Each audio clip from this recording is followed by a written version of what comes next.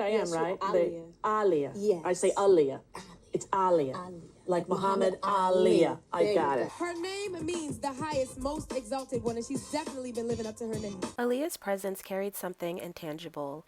She had an aura that felt both grounded and otherworldly. She stood out in a way that felt unmistakable. There was something inherently unique about her that people could sense immediately, an energy that didn't need to be explained or performed, gliding through the world like a vampire queen who ruled the night with effortless seduction and grace. A young visionary whose insight and quiet power transcended her age. I'm also fascinated by her reoccurring attraction to ancient Egypt, mysticism, and darker themes. Whether it was her Ankh tattoo, her comments about dreaming that she was in Egypt, her fascination with Queen of the Damned and vampires, or interviews where she referenced enjoying darker aesthetics, there is a consistent thread of mystery running through her work. Hello world, and welcome to Cinema Nostalgica, where we break down nostalgic hidden gems. This is a difficult subject for me to research. Aaliyah embodied an almost mythical aura, which is part of what continues to make her feel so elusive decades later. She always understood the power of mystery long before her celebrity culture demanded constant oversharing like what we're seeing now.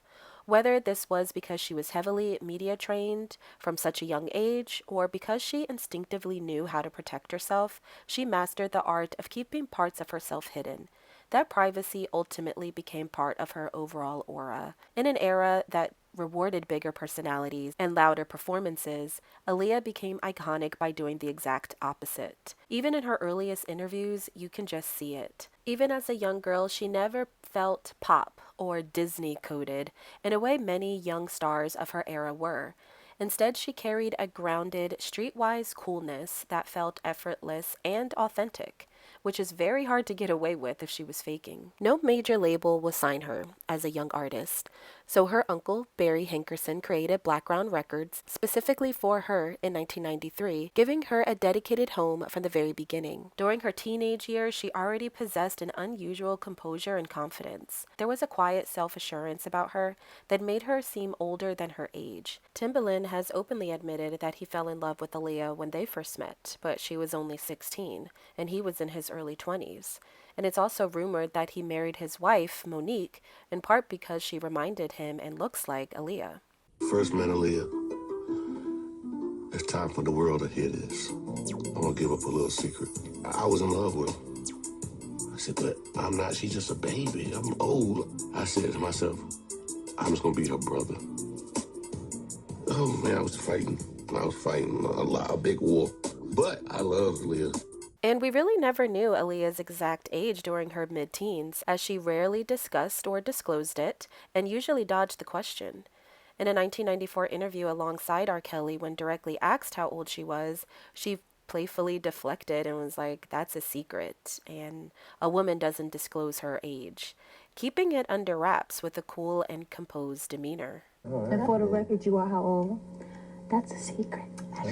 Women doesn't disclose her age. Keeping it under wraps. That's right. But the world did eventually find out her age, and that revelation became intertwined with R. Kelly, who we know now is extremely problematic, and their relationship was very inappropriate. She was almost certainly trained or coached to handle questions about her age because of this, whether it was by R. Kelly, who was her producer at the time, or her management, which was her uncle, Barry Hankerson, or her family in general. Okay, let's clear something up, because you know I've been getting a rundown on the street. Everybody seems to think that y'all are either girlfriend or boyfriend, or cousins, or friends. let's get the record straight.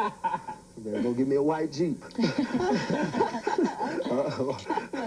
Well, no, we're not related at all. No, we're not. We're just very close. This is my best friend. Yeah, cool. Now, who found her? In the whole wide world. I found Leah. As a matter of fact, Barry Hankerson, my manager, who's her uncle, told me to go up to Detroit and hear her sing. Once I got up to Detroit, I didn't have to hear her sing because she was glowing. I knew she had it. As soon as she started singing, that verified it.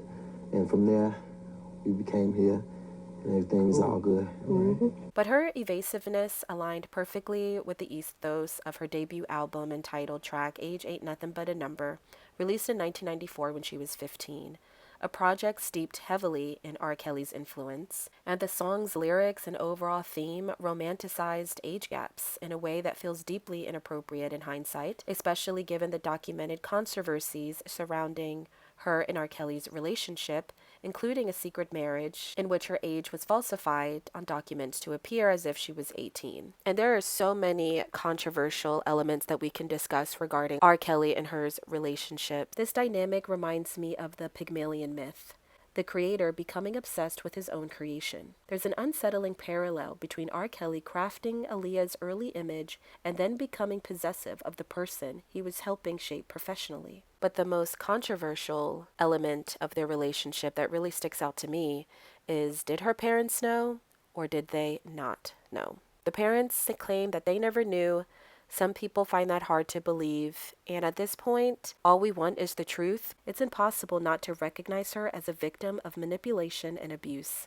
There have been long-standing allegations that she became pregnant and had an abortion, though those claims have never been definitively confirmed. What is established is that they married when she was 15 and he was 27. Allegations from R. Kelly's trial and former associates claim she became pregnant as a teenager, leading to their secret 1994 marriage, arranged in part so she could legally obtain an abortion without parental involvement. And the rights of R. Kelly's 3 albums were transferred to her family, and the marriage was later annulled. With hindsight, it becomes clear that a teenager was placed in an inappropriate, exploitative situation by someone in a position of immense power. What stands out to me, though, is that she survived it. Her story did not end there after the marriage was annulled. Despite that traumatic chapter, Aaliyah emerged as a survivor. She broke away from R. Kelly after her debut album. Rather than allowing that chapter to define her entire identity, she moved into a new creative era, transitioning into the innovative production of Timbaland and Missy Elliott for 1 in a Million.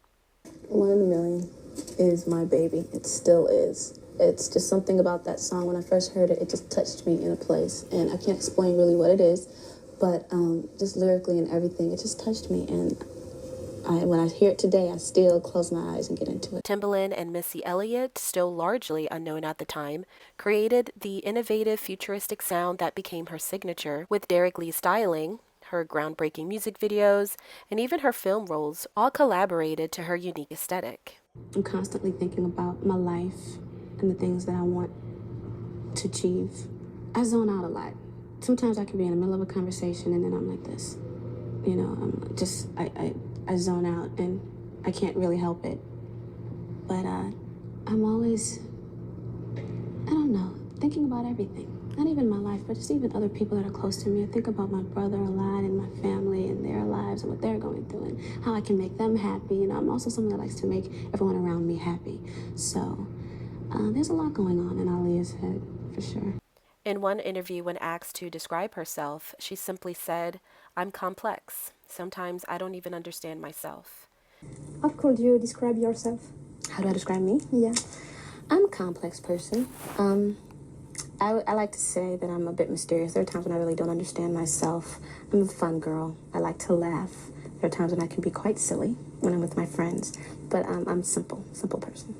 I don't know. I think I'm kind of a complex person. And when it comes to boys, you know, I'm not that easy. No. I'm not. In what way? It takes a minute to get to know me. You know, you can't access me that easily. So you're hard to get. Yeah. In many ways, that may be the most revealing thing she's ever said about herself.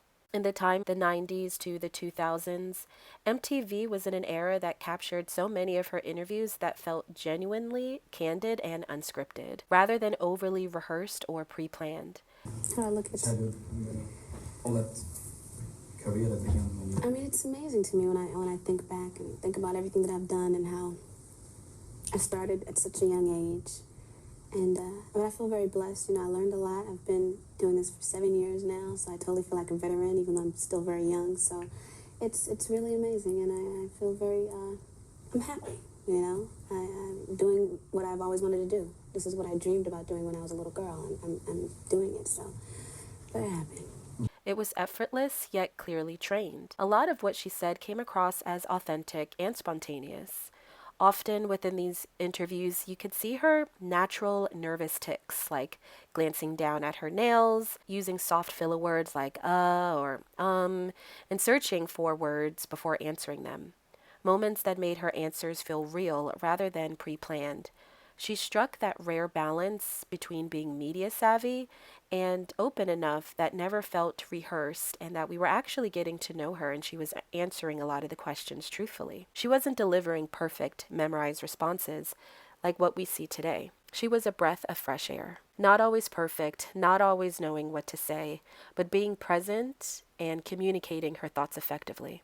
What was it like growing up? Because you were a very self-assured woman. Thank you.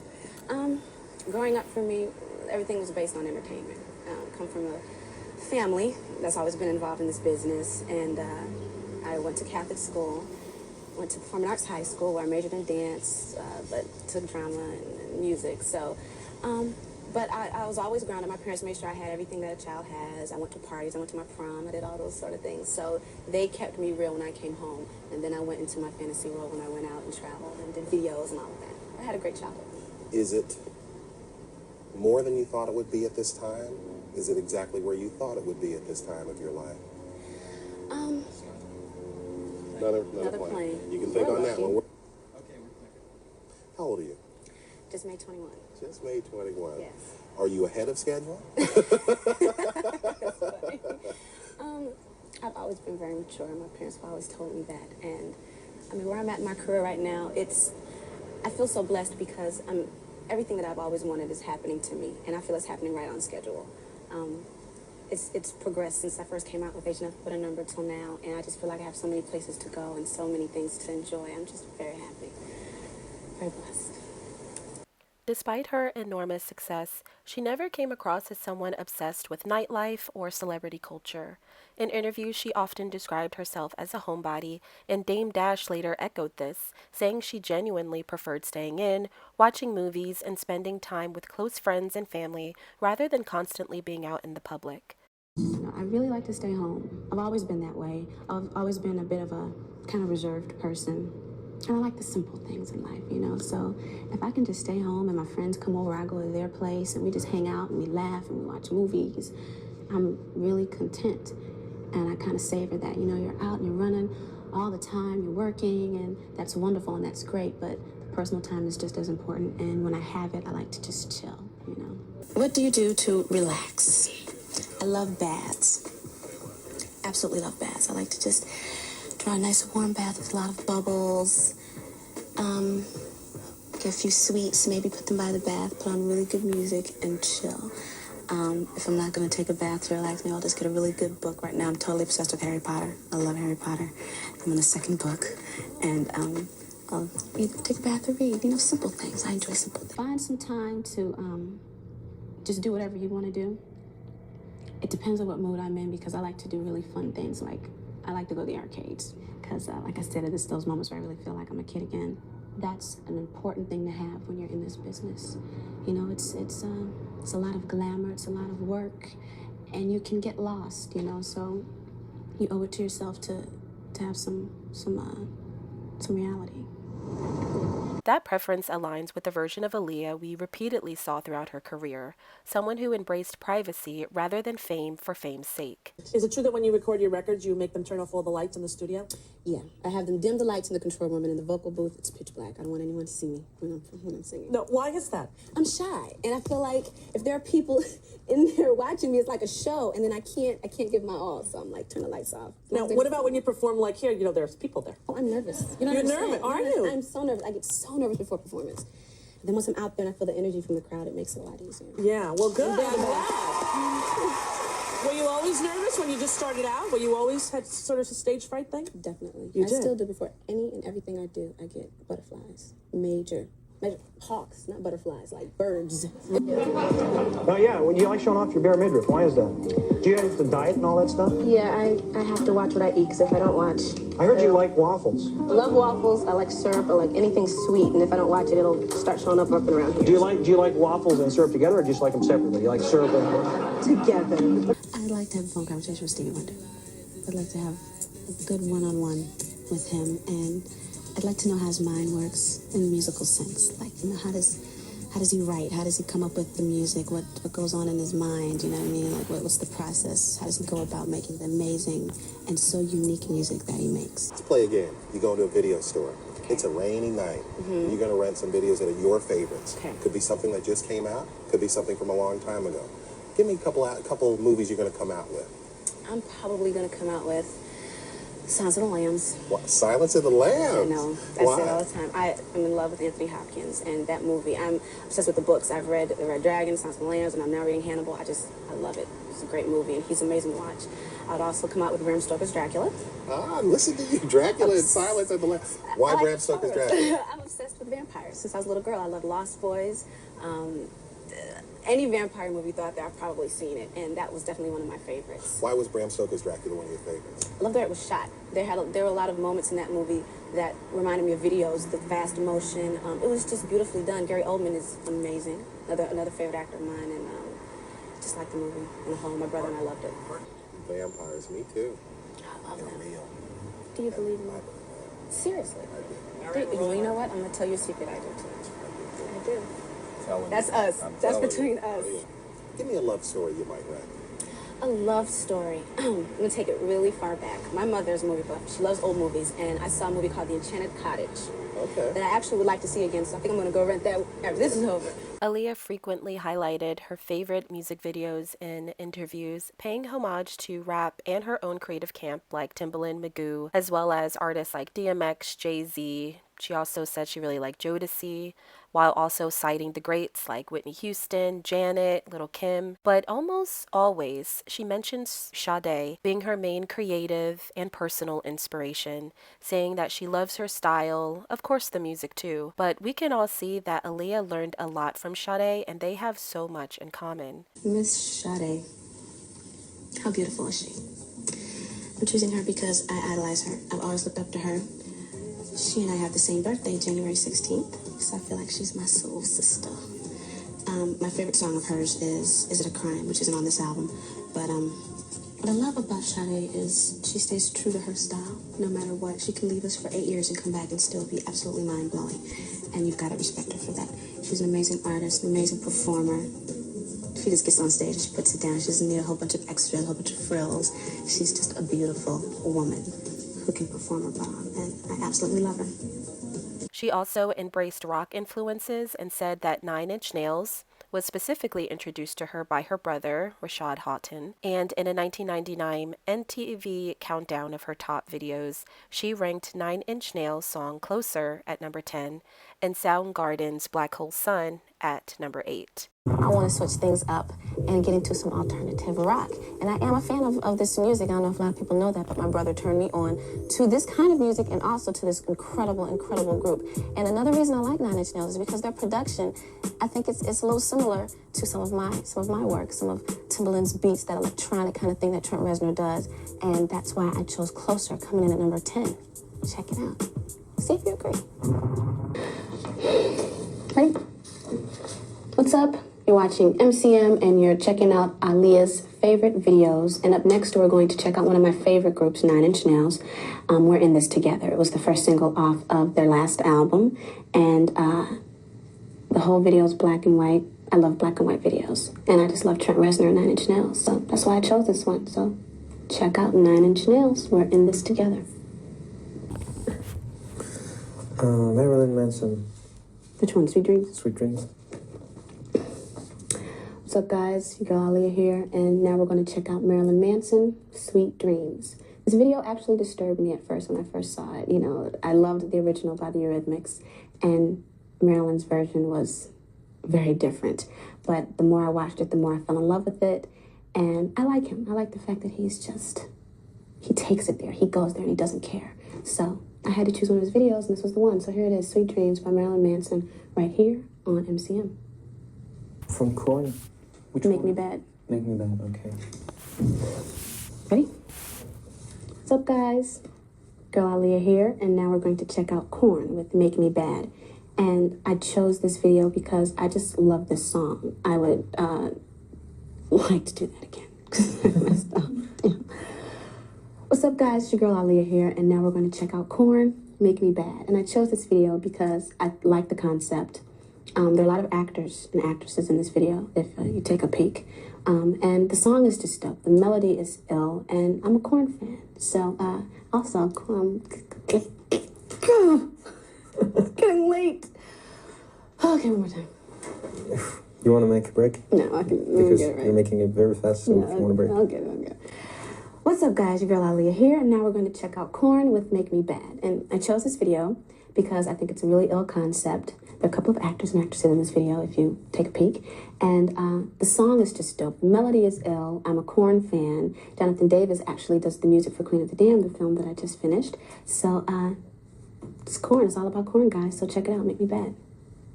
Aaliyah praised the latter song for its melody, its strength, and the haunting visual style, which taps into that dark side of Aaliyah that we will get into later on in this video. But to me, it says that she wasn't confined to just one sound, identity, or cultural lane.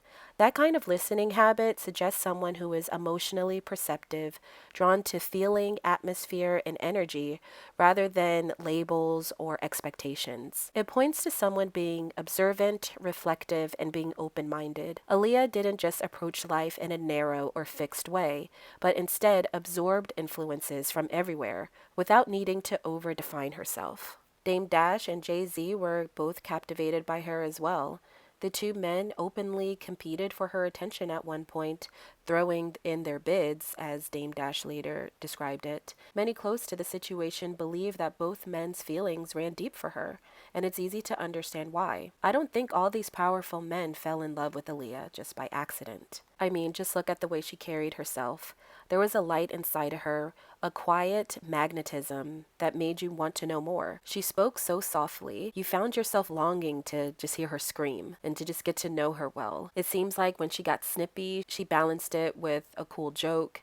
When she spoke candidly, she swift seamlessly into something more professional. She was the perfect balance of a woman, more than a woman, some might say, almost perfect. Feminine yet masculine, dark and light, young but mature, alive but somehow ethereal. Aaliyah's music and visuals feel like they were built around mood and atmosphere just as much as it is about the sound and the song itself. Aaliyah didn't write her own lyrics, but she had an intuitive gift for tapping into songwriters and conveying exactly what she was feeling, turning their words into something that felt deeply personal. Her videos often function like short films, creating entire worlds rather than just a visual backdrop.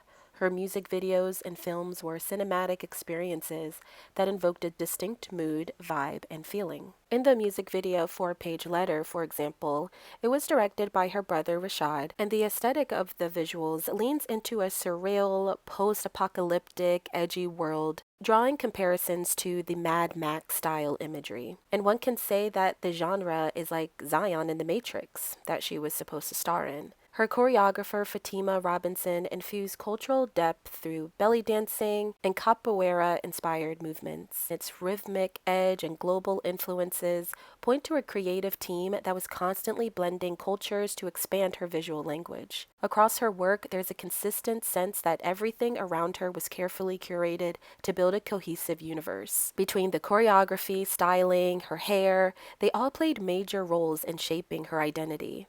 Aaliyah was never content to stay in one lane. She was multifaceted, she was a risk taker, and not afraid to cross genres and experiment. It raises the question of what direction she might have taken if she had continued to evolve, potentially towards more experimental production, darker R&B influencing from rock and metal, or even electronic and genre-blending soundscapes. She was naturally cross-cultural and multifaceted, with the potential to expand far beyond the categories she was placed in. Timbaland once said that he lost a slice of his creativity after her passing, describing her as a vessel who elevated everyone around her. Is it easy for you to give your opinion because you're younger than the other boys? Yeah, it's actually, I have a lot of creative control, and I've had that since I was young.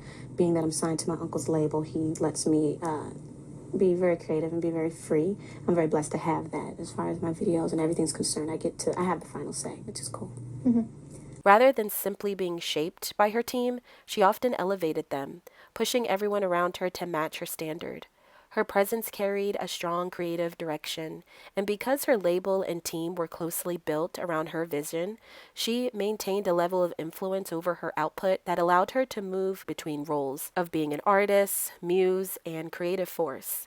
She wasn't someone who would have faded into repetition. If anything, her trajectory suggests someone who would have continuously changed the industry to evolve around her. A huge part of that visionary style came from her longtime wardrobe stylist, Derek Lee. Starting in 1996, initially for the One in a Million video, Derek became her exclusive stylist and collaborated with her throughout her career.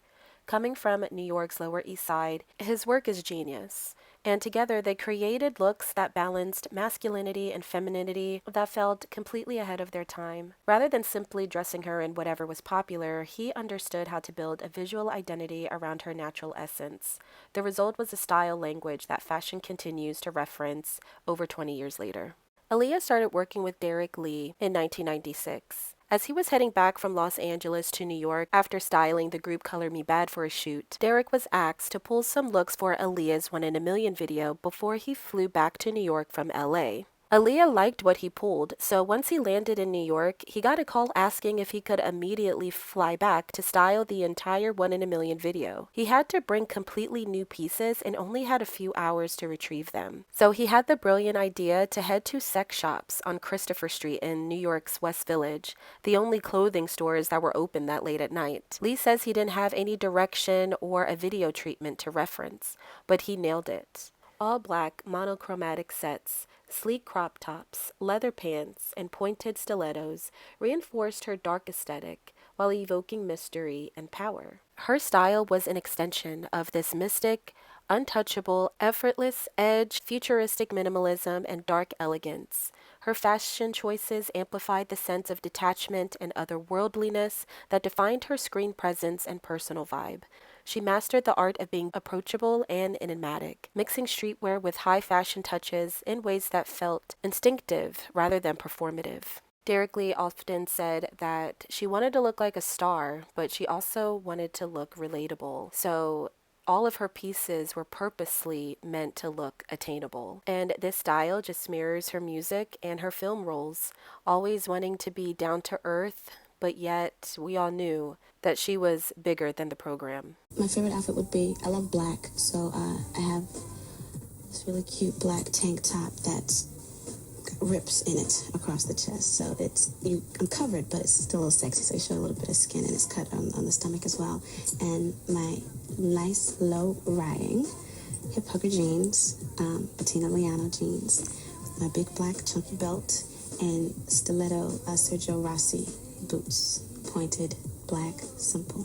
That's my favorite outfit. Just like the Aaliyah cartoon that was made for her from Japanese anime illustrator and designer Warren Fu. Her style was an extension of this mystic, untouchable, effortless edge, feminine sensuality, futuristic minimalism, and dark elegance. Aaliyah has 4 tattoos, including an ankh, a dove, a music symbol, and the letter A. This is an Egyptian ankh, and I don't know if you've heard, but I really am enthralled with Egypt. In my apartment in New York, I have authentic Egyptian pictures, Egyptian rugs, pyramids, and a lot of different little Egyptian artifacts around my place. And I just have I feel this connection with Egypt for some reason, so I really wanted to represent something on my body. I have a few tattoos, and I wanted to get one that was Egyptian. This is the newest one. It's about a month old. As mentioned, ancient Egypt had a particular spell over Aaliyah. In an interview, she once said, "Sometimes I lay on my bed in my Manhattan apartment and look out the window. I dream. In my dream, I am in Egypt, the land of my dreams, the culture and the pyramids that fascinate me. I'm sure that I was an Egyptian in an earlier life. Only this way I can explain my fascination. This country cast a spell over me immediately, only I knew it only from pictures. One day I will travel to Egypt. I will be there, where Cleopatra and the pharaohs lived. Unfortunately, I can't meet them anymore. If I had a time machine, I would visit ancient Egypt. Who knows, perhaps Cleopatra and me would have been very good friends. At least I would have a live experience of that ancient culture, which I only know from books." She was present, yet separate, feminine, but yet powerful, rooted in the now, but evoking something eternal. Like Akasha's regal detachment, her fashion preserved an image that refuses to fade, She's timeless, hypnotic, and forever out of reach. I like your hair. You got like a Farrah thing going on. I'm giving a lot of Farrah. It's nice. All of me. It's nice. Today. Excellent. Thank you. Take a long time to get it to go like that? Yeah, my stylist works on me for a couple hours. He makes me. And Aaliyah maintained this powerful, consistent image throughout her career. With her signature silk press with the legendary swoop bang, it became one of her most iconic trademarks. Her longtime hairstylist, Eric Foreman, and primary makeup artist were central to crafting that flawless aesthetic. Her makeup artist, Eric Farrell, is credited with creating many of her iconic beauty looks and has spoken about building her soft, matte, defined brows and her smoky editorial eye styles that became her signature in film and in her music videos. For the music video Rock the Boat, makeup artist Christopher Maldonado stepped in to deliver the look. Tragically, both Eric Foreman and Christopher Maldonado lost their lives at that same 2001 plane crash that took Aaliyah. Aaliyah shared a close and influential relationship with stylist and friend Kidada Jones, whom she met while modeling for Tommy Hilfiger. Kidada, who worked as a stylist for the brand and also Quincy Jones' daughter, played a key role in shaping her iconic campaigns and just being a good friend to her overall throughout their years. Their instant bond grew close into a deep friendship that lasted until Aaliyah's passing. Her collaboration with Kidada wasn't just personal, but it also influenced her style deeply. This is one of my favorites, charm bracelet. I wear my best friend. Her name is Kidada. It says Dada, and she wears mine. It says Lee. And everything on it represents her. So the two were planning a clothing line called Dolly Pop, and it was inspired by their shared vision of playful yet edgy Japanese-influenced elements mixed with street sophistication. Photos of them often are popped up, capturing the synergy between them with coordinated looks, matching outfits, and them just embodying that cool older sister vibe, and it felt like stepping into a private world of their bond. They looked like sisters, they acted like sisters, and it seems like they had this one big secret that no one else was in on. I've always been someone that has had an affinity towards edgy things, towards kind of a dark side, and Romeo to Queen of the Damned,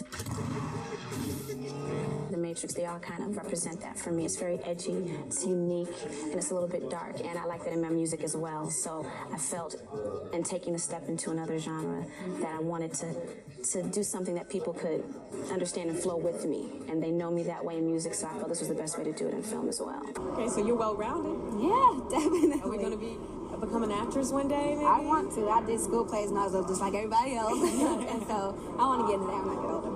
Okay. Long before she appeared in film, she had already become one of the defining visual icons of the late 1990s, early 2000s. Throughout Aaliyah's career, every major collaboration and creative choice felt perfectly aligned with who she truly was. They didn't reshape her, they simply revealed her essence more fully. That's what I've wanted for a long time, but I've got to really prove myself, so.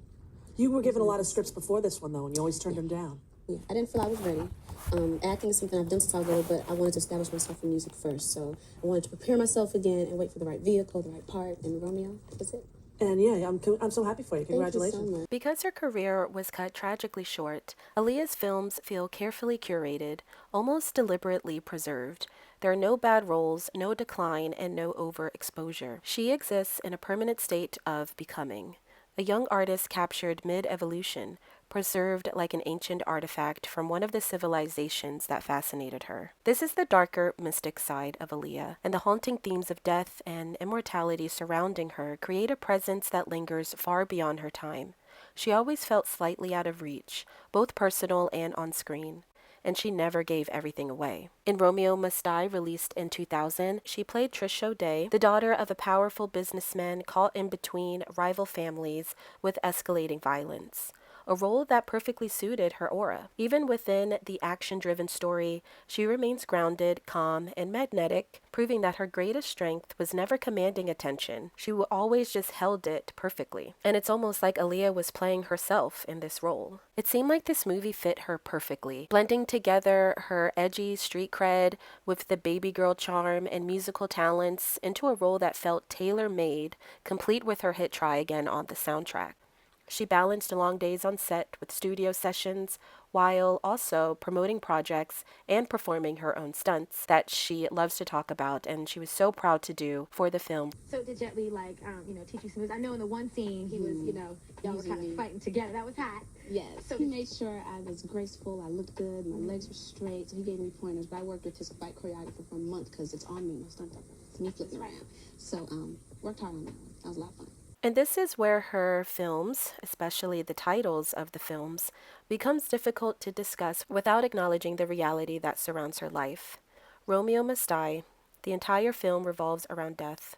The title is, of course, a direct reference to Romeo and Juliet, Shakespeare's tragedy about star-crossed lovers, and traditionally, star-crossed lovers are two people whose relationship is doomed, not because of their own actions, but because of some larger forces that have already conspired against them. Family conflict, fate, timing, circumstance, something beyond their control ensures that the story cannot end happily. The phrase itself becomes from the belief that the stars govern human destiny. To be star-crossed is to have one's fate written in the heavens before life even begins. Viewed through that lens, Romeo Must Die becomes strangely prophetic when placed beside Aaliyah's own story. That makes the title Romeo Must Die feel very eerie in retrospect.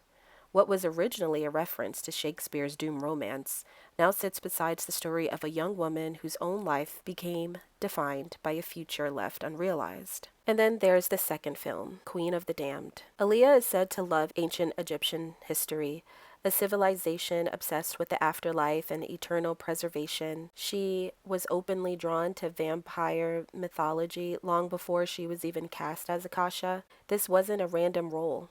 In many ways, Akasha feels like the culmination of interests that had already been orbiting Aaliyah for years. Aaliyah had a long-standing fascination with vampires that ran deep into her personal interests and artistic choices. So tell us about the movie, The Queen of the Damned. You shot it overseas. Yes. What kind of role did you play in it? I play the Queen Akasha, and she is the mother of all vampires. It's the third book in the Anne Rice Vampire Chronicles. Yeah, she's type out of control. She's out of control. But it's actually two books. They fuse the vampire Lestat and the Queen of the Damned together, so it tells both stories. Okay. And Lestat awakens Akasha, and she comes back to basically take over. She feels vampires should live up front and be who they are and take over the world. And other vampires aren't too happy about that. Kind of research for that? Like, there's some people that are really into that. A lot of work went into it. I did a month of rehearsal in New York and then another month in Australia. Just getting, she has an accent. She's Egyptian, so I had to put on an accent. Do some of the accent. Oh no. Oh no. I'm gonna save that for the film. Okay. Tell me how was it making it compared to making Romeo Must Die? Like, was it more challenging or just a it was role? it was definitely challenging because I had to be this fantastical creature, whereas in Romeo I was You're a Trish fantastical O'Day. creature. Oh, see. That's not a lot of research. You're gonna make me blush. But with Romeo, I was a character that was very similar to myself. Trish was a lot like me, whereas Akasha was very different from me. So I had to tap into kind of an evil side of myself, which was fun. Growing that acting black style. Yeah. That had to be fun. It was a lot of fun. In her final film, Queen of the Damned, she leaned into a dark, atmospheric, gothic aesthetic that echoed the moody, experimental direction of her later music and music videos. It's definitely fun to explore that side of yourself and the side of yourself that you keep hidden in your everyday life because you know you're not supposed to go there unless it's absolutely necessary. And yeah, it's fun to just be that mean, evil person. See how far you can really go. I like it.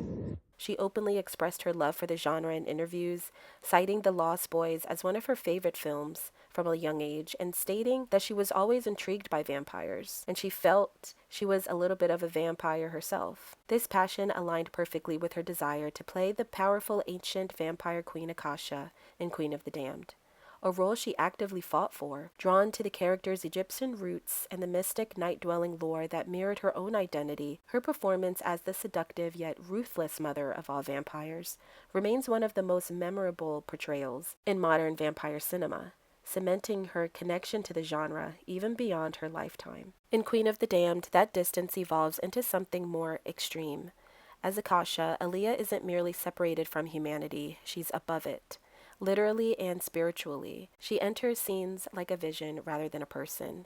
She glides through the film with a sense of being untouched by the concerns of ordinary humans. And in many ways, Queen of the Damned feels less like a traditional movie and more like an extended music video. The film prioritizes style and mood, and that's exactly why Aaliyah works so well within it.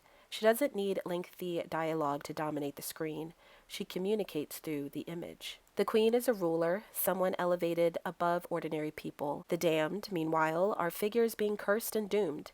And together, the title suggests a character who possesses both power, exile, beauty, tragedy, divinity, and curse. Almost just like Aaliyah's life. Her role connected her to the new metal world through the film soundtrack, which was co-produced by Jonathan Davis of Korn, and the movie's score and songs heavily features the rock star lore of the main vampire, Lestat. Before her tragic death, her and Jonathan Davis had planned to record a duet together for the soundtrack, a collaboration that was never realized. I think everyone has a bit of a fascination with the dark side, and it's fun to go to the movies and escape and really get deep into the whole fantastical characters. And I myself have always loved the dark side as well, so I think it's something that everyone secretly longs for and wants. And Aaliyah's own story exists somewhere between these two ideas, caught between a life that ended and a legacy that never seems to. And that detachment feels strangely connected to the screen presence Aaliyah has been cultivating throughout her career. And in retrospect, that's what makes Queen of the Damned so difficult to watch, especially because it was released after her death. Aaliyah died at the age of 22. Like the vampire mythology she loved, she became permanently suspended in time. But the symbolism is hard to ignore. The film accidentally captured the very thing Aaliyah would become. The artist whose life ended early, yet whose image never ages. A woman who left the world too soon, but somehow never left at all.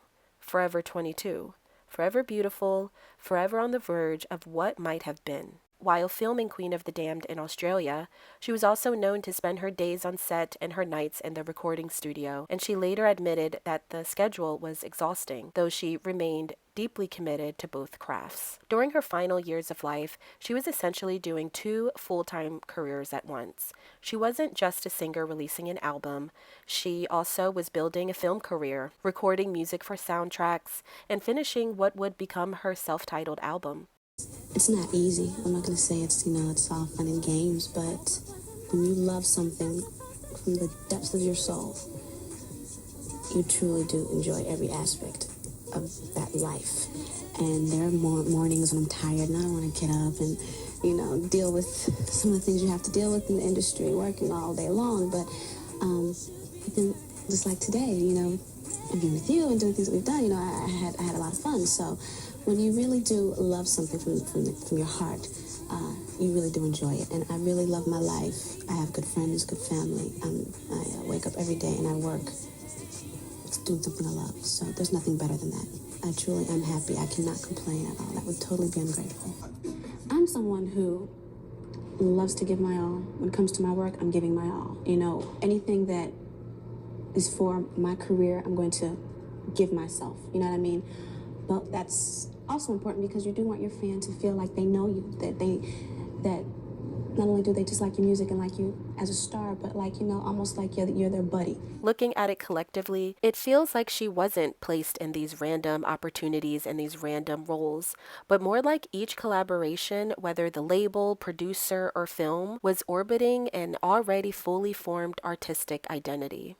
Before her death, Aaliyah did complete the principal filming, but tragically passed away before recording her automated dialogue replacement, or ADR, in which the filmmakers asked her brother Richard to step in and finish the voice work, providing overdubs for several lines due to their similar vocal tones.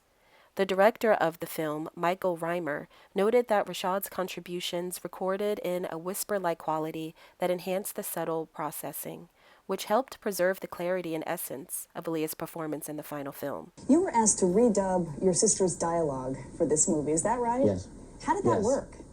Well, Michael Reimer came and approached me, and what happens is during the process of post-production, there's a process called looping, where some of the actors' lines are lost, with ambient sound. And he said that it would be a great idea if I came in and did the looping to save some of the lines that might have been lost and some of the consonant sounds due to the accent that she used.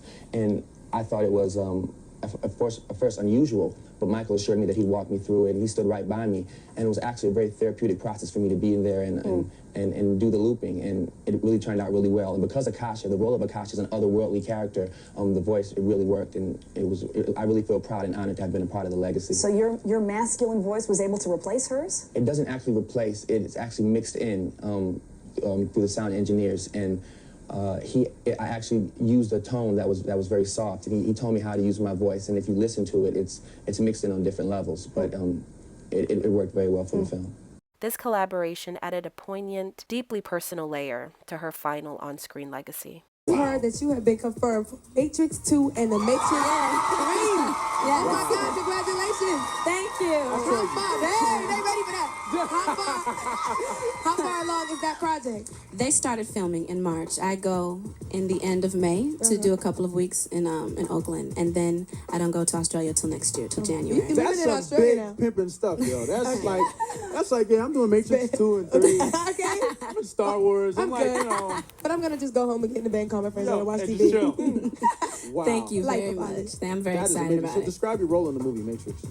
I play a 2. character named Z, and unfortunately, that's all I can tell you. can't They are tell it? so top It's like secret top with it. secret? Yeah, I told you it's like Star Wars. It's beyond top secret. So that's really all I know. I'll know more when I go down You there. just Z. They didn't tell you So nothing. they're like, You don't okay, got you're your Z. script to read? That's it. We'll see you at the set. We'll see We'll you see on at the set. Exactly. That's Yeah. She had already been cast as Z in The Matrix Reloaded before her death and was lined up to do Matrix Revolutions. The role would ultimately be played by Nona Gay, but Aaliyah's involvement suggests where Hollywood saw her heading. Action, science fiction, mythology, world building. She was also attached to future developments connected to the Queen of the Dam, opening the possibility of further exploration into that supernatural universe. Her background in highly visual music videos directly formed her cinematic language. Aaliyah was actively expanding her acting career and had several high-profile opportunities in the works or under consideration before her passing. She was originally attached to star in the lead role of the dance film Honey, that was released in 2003 and ultimately went to Jessica Alba after her death. And she auditioned for the role of Alex in Charlie's Angels, but producers felt she was too young and cast Lucy Liu instead. And as a child, she auditioned for the role of Judy Winslow on Family Matters. Other projects she was attached to or considering was Whitney Houston's produced remake of Sparkle and a romantic film titled Some Kind of Blue. She also did a song, Journey to the Past, for the movie Anastasia, and that was inspired by her own real-life reunion with a long-lost relative. And all these near misses highlight how her acting trajectory was rapidly ascending toward major stardom. In the early 2000s, Hollywood offered very few opportunities for Black women within action, fantasy, and science fiction roles. Yet Aaliyah managed to occupy all three, whether she was performing martial arts alongside Jet Li or portraying an immortal vampire queen. She maintained a screen identity that felt uniquely her own. She wasn't forced into stereotypes. She wasn't a comic relief. She wasn't reduced to being merely a love interest. Instead, she occupied a space associated with mystery, power, beauty, and control. It's a lane that barely existed then, and one that remains surprisingly rare even now. And all of the roles suited Aaliyah perfectly. And when you look at her trajectory, you could see the pattern. She was an action hero, vampire queen, Matrix freedom fighter, and it underlines themes of being immortal, evolving, transforming, and Aaliyah wasn't becoming a genre actress. She was becoming an archetype. On August 25th, 2001, Aaliyah and the members of the record company boarded a 2-engine aircraft at the Marsh Harbor Airport in Abaco Islands of the Bahamas to travel to Opa-locka Airport in Florida, after they completed filming the music video for Rock the Boat. They had a flight scheduled the following day, but with filming finishing early, Aaliyah and her entourage were eager to return to the U.S. and made the decision to leave immediately.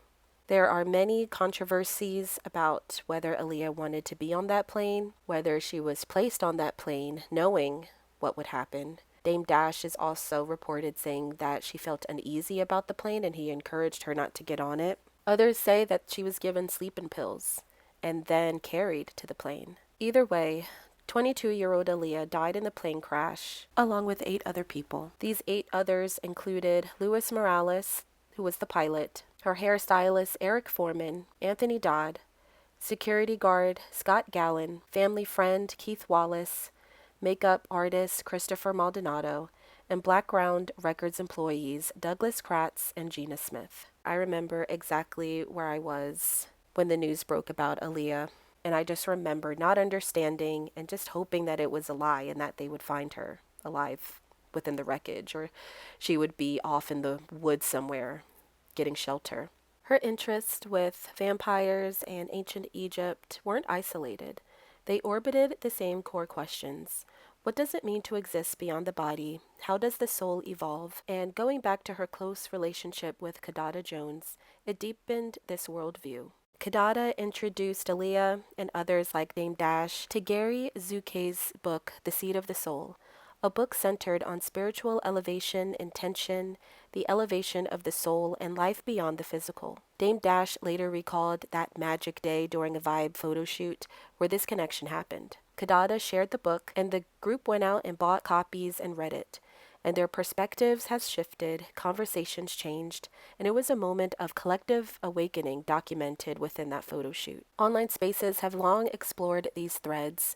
Forums like Lipstick Alley discuss whether Aaliyah dabbled in certain practices alongside with Kidada. Reddit threads celebrate their friendship, but noticing how it always looks like they are walking in on a secret. Speculation about Kemetic influences like witchcraft or deeper spiritual explorations via Kidada's known interests circulates. LL Cool J specifically reported citing Kidada's spirituality and her visits to ashrams, going to gurus, and just performing rituals as the main reason for ending their relationship. While these remain discussions and rumors, they paint a picture of a circle comfortable with mysticism, intention, and alternative worldviews.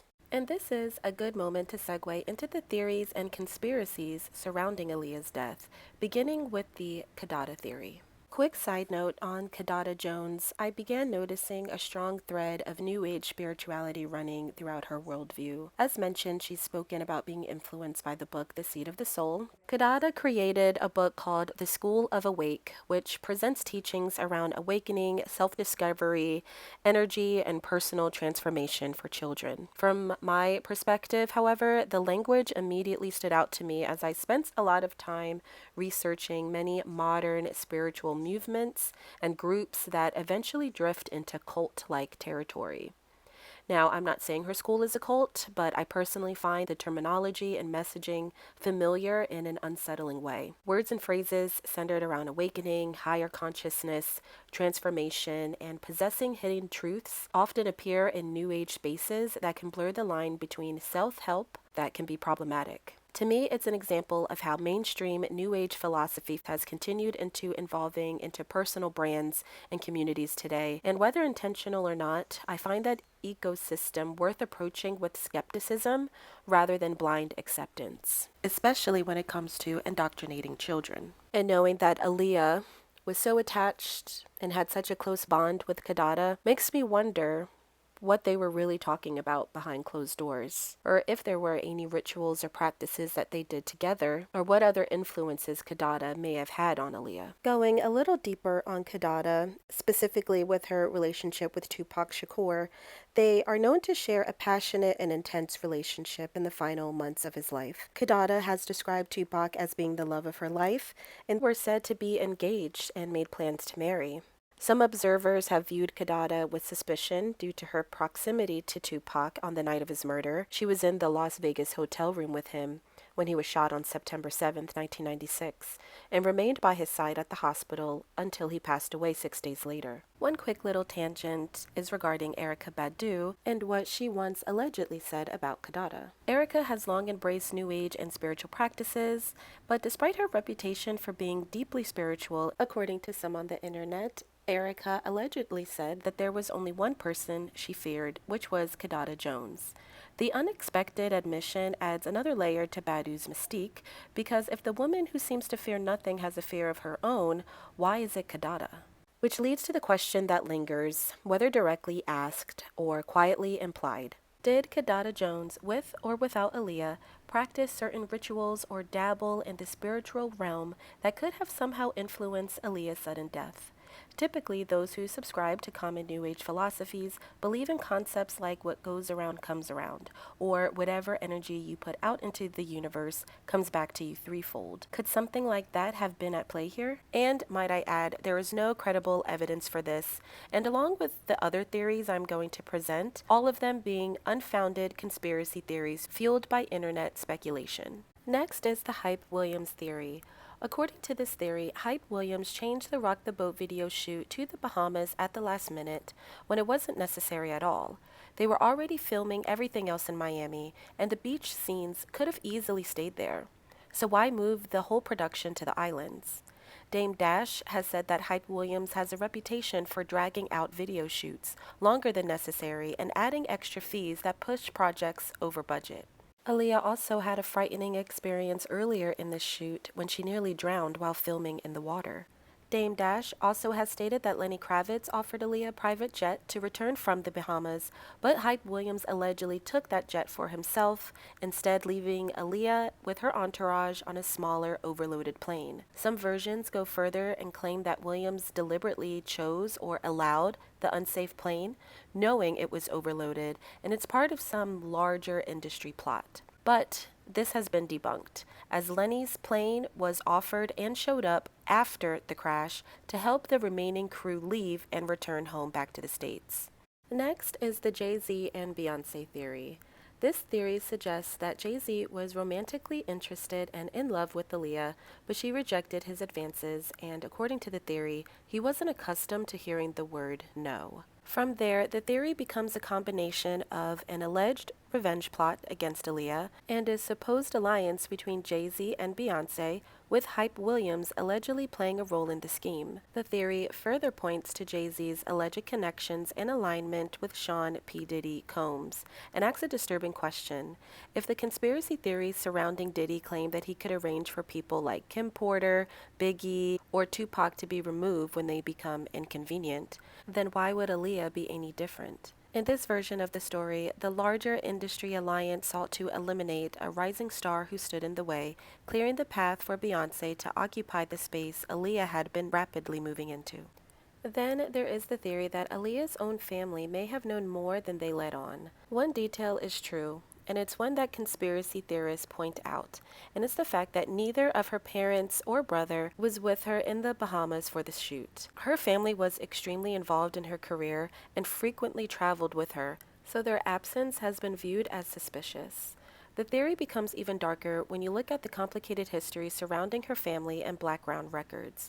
Aaliyah's uncle, Barry Hankerson, had been instrumental in launching her career, but by 2001, she was becoming increasingly independent and was allegedly attracting interest outside a background.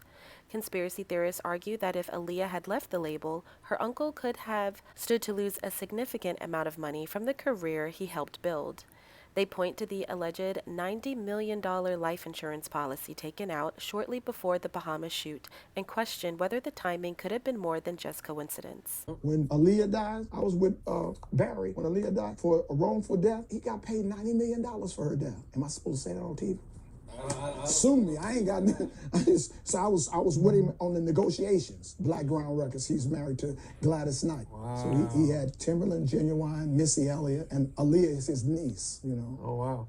Aaliyah is his niece. So he got a settlement for $90 million for her death. Was that just for his rights or whatever he owned? What she would have been able to make if she hadn't died. Oh, okay. There was a lot. I get, but that was the settlement. I wasn't in. I was there when he, he got $90 million. He wouldn't stayed at the L'Hermitage Hotel. We ate good. From there, the theory asks even more disturbing questions, like what if Aaliyah's death wasn't simply an industry conspiracy, but something that involved people in her inner circle, her family's silence, the reported tension between her mother and uncle, and the fact that her family had been previously involved in decisions that placed Aaliyah in dangerous situations, including her relationship with R. Kelly, are all interpreted by conspiracy theorists as pieces of a much larger puzzle. None of this establishes that Aaliyah's family had anything to do with her death, but for some people who believe that there was a deliberate plot surrounding her final days, the absence of her parents and the complicated financial and family dynamics surrounding her career are among the details they find most difficult to dismiss. And then there is the pilot, the person responsible for getting Aaliyah and her crew safely to their destination. The circumstances surrounding Luis Antonio Morales were alarming enough that they have fueled conspiracy theories for decades. Morales was not authorized to fly the plane that carried Aaliyah and the 8 other passengers. Investigators found that he obtained his FAA credentials using flight hours that he had not actually completed, meaning the pilot at the controls was not properly qualified for the aircraft he was flying. And then it gets worse. Just 12 days before the crash, Morales pleaded no contest to 4 felony charges, including cocaine possession, dealing in stolen property, grand theft, and driving with a suspended license. Because the court withheld adjudication and placed him on probation, he was able to continue flying at the time. And then came in his toxicology results. After the crash, investigators found cocaine in Morales' system and traces of alcohol. An official from the Bahamas later confirmed that both substances were present at the time of the crash. Authorities stopped short of saying that the drugs and alcohol definitively caused the accident, but they specifically investigated whether they had impaired his ability to fly. And the plane itself had another enormous problem. It was overloaded. Investigators determined that the plane was approximately 700 pounds over its maximum takeoff weight. Witnesses have reported concerns about the amount of luggage and equipment was being loaded onto the aircraft. So you have a pilot who was not authorized to fly and had recently been placed on probation, had cocaine and alcohol in his system, and was attempting to take off in an aircraft carrying hundreds of pounds more than its certified limit. For people who believe Aaliyah's death was not an accident, these circumstances raise an obvious question. How could a flight carrying one of the biggest young stars in music have been allowed to happen under these conditions in the first place? The official investigation established serious failures involving the pilot, the aircraft's weight, and the charter operation. But conspiracy theorists take those failures one step further, asking whether what looks like an extraordinary chain of negligence could have been deliberately engineered. That last claim remains speculation, of course. There is no established evidence that Morales was intentionally placed there to kill Aaliyah, but the fact that so many basic safety requirements were violated is precisely why this pilot theory has been kept alive throughout so many years. And at last, perhaps it is what it is, just a terrible accident. After everything we have examined, the strange circumstances surrounding the flight, the overloaded aircraft, the questions surrounding the pilot, and all of the theories that have grown around Aaliyah's death, it is important to remember that there were 9 people on that plane.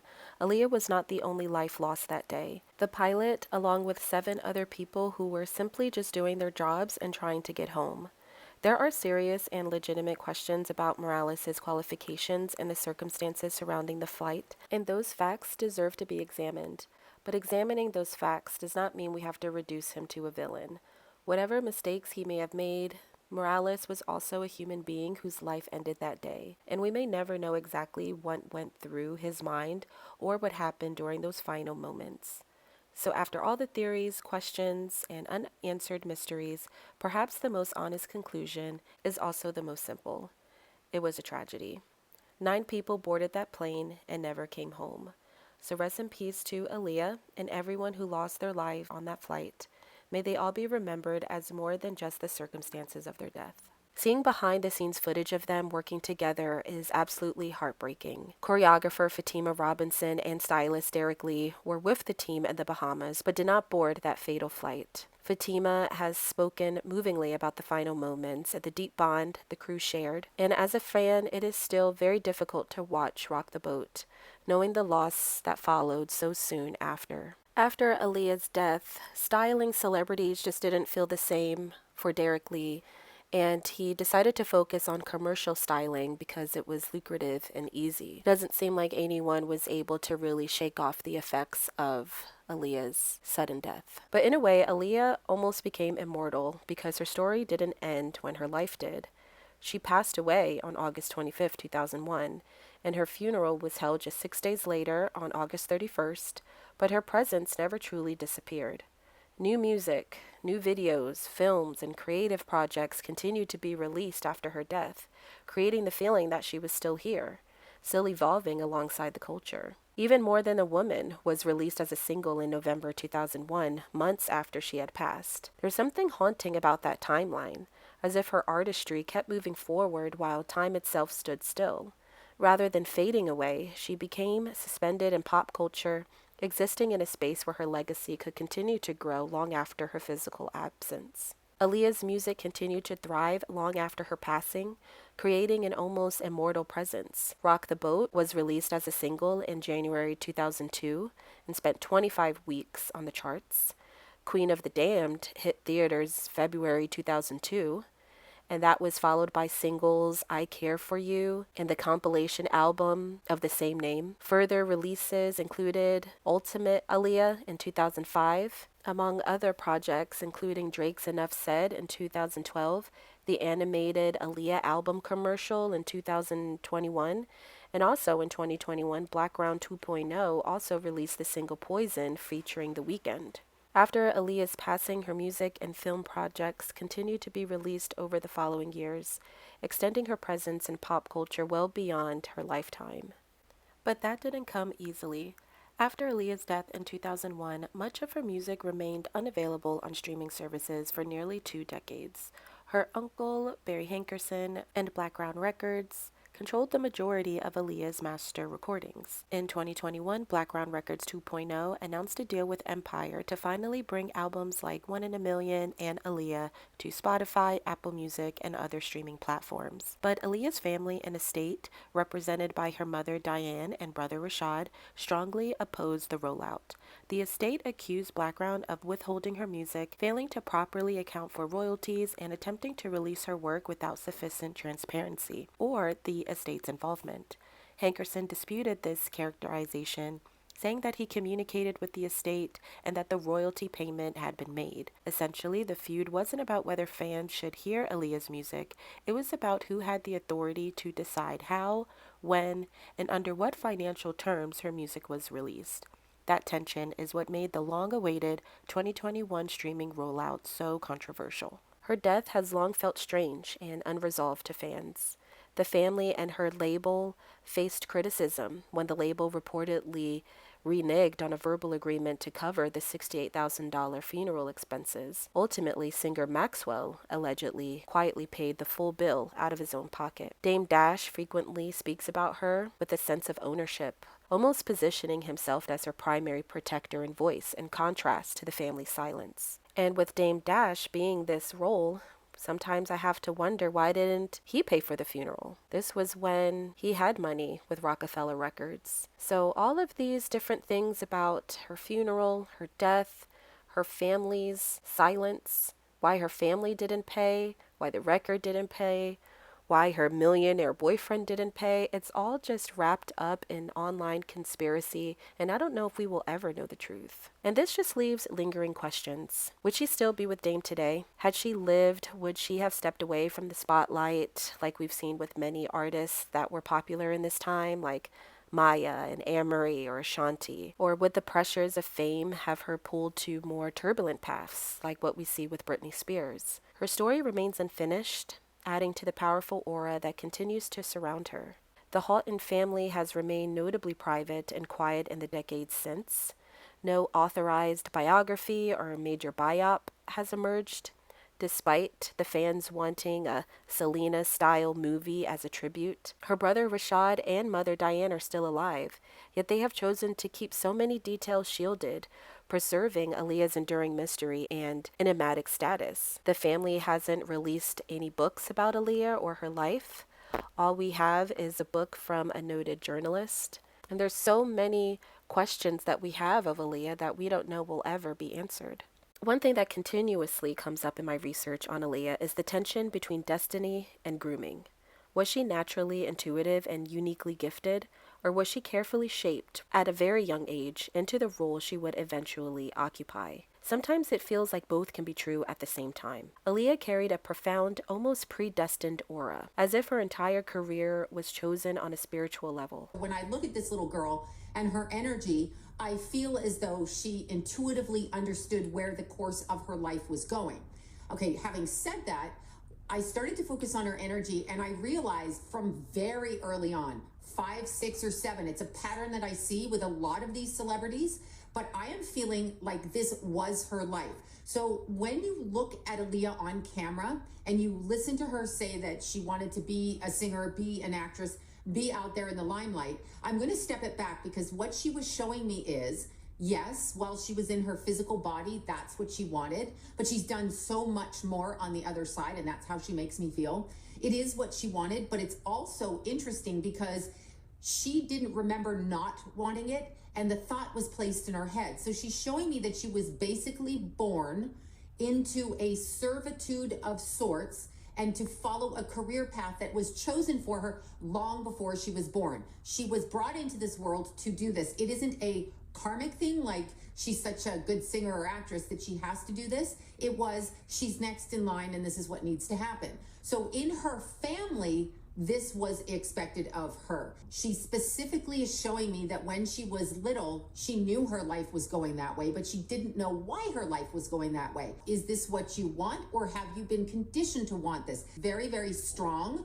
And she was very focused, but her focus was not of her own intention. She recognizes that now. This intuitive drive sometimes blurs the lines between natural talent and grooming. It often feels like there is flatness in Aaliyah's eyes, almost as if she's detached from everything happening around her. She had talent, no doubt, but not in the conventional superstar sense of it all.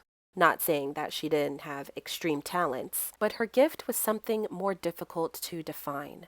Her presence, her aura, and her ability to make people feel something. At times it feels as though she was completely groomed for the position she occupied and simply developed the discipline to keep going, almost moving through the motions of life that had been chosen for her way before she was old enough to choose it herself. What fascinates me is that she never seemed willing or perhaps able to become this larger-than-life persona the industry often demands. The music industry rewards performance and a certain level of ego. Compared that to someone like Beyonce, who has openly spoken about creating Sasha Fierce as an alter ego that allowed her to step into stardom. Aaliyah never appeared to have that separation. She always remained herself. And sometimes I wonder if she was simply just too pure for the machinery of the industry. She never felt possessed by ambition in the same way many stars do. Instead, she often comes across as someone quietly navigating a world that is much darker and much bigger and more demanding than she was, all while trying to hold on to her own essence. Bottom line is, Aaliyah maintained her sense of gratitude. She frequently thanked God in interviews and genuinely seemed appreciative of all the opportunities she had. There was a groundedness about her that made her come across as someone who never felt entitled to her success, but instead deeply grateful for it. So young and yet you're so successful. What do you attribute it to? Well, of course, got to give thanks to God. I've been very blessed, and I've been working since I was very young, since I was 6. Have the best management team in the world. My mom and dad manage me, and I love it, so I devote everything to it. The inscription at the bottom of Aaliyah's portrait at the funeral read, "We were given a queen, we were given an angel," and many who knew her wouldn't think of her of any less. And because her career ended so abruptly, what remains feels preserved rather than incomplete. No overexposure, no forced evolution that might have diluted the magic. She was an archetype, a Black woman navigating power, mystery, and otherworldliness on her own terms. In that stillness and distance, she achieved something rare.